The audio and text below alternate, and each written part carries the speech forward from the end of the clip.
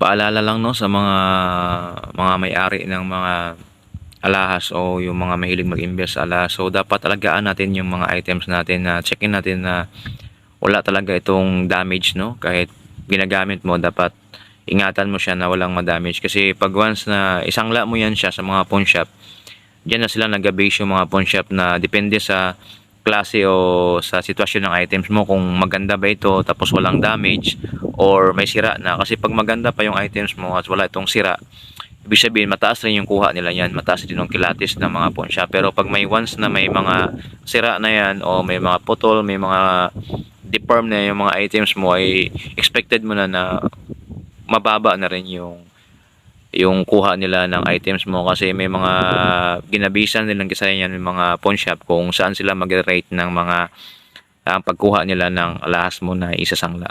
So mas maganda pa rin na ingatan natin yung mga alahas natin.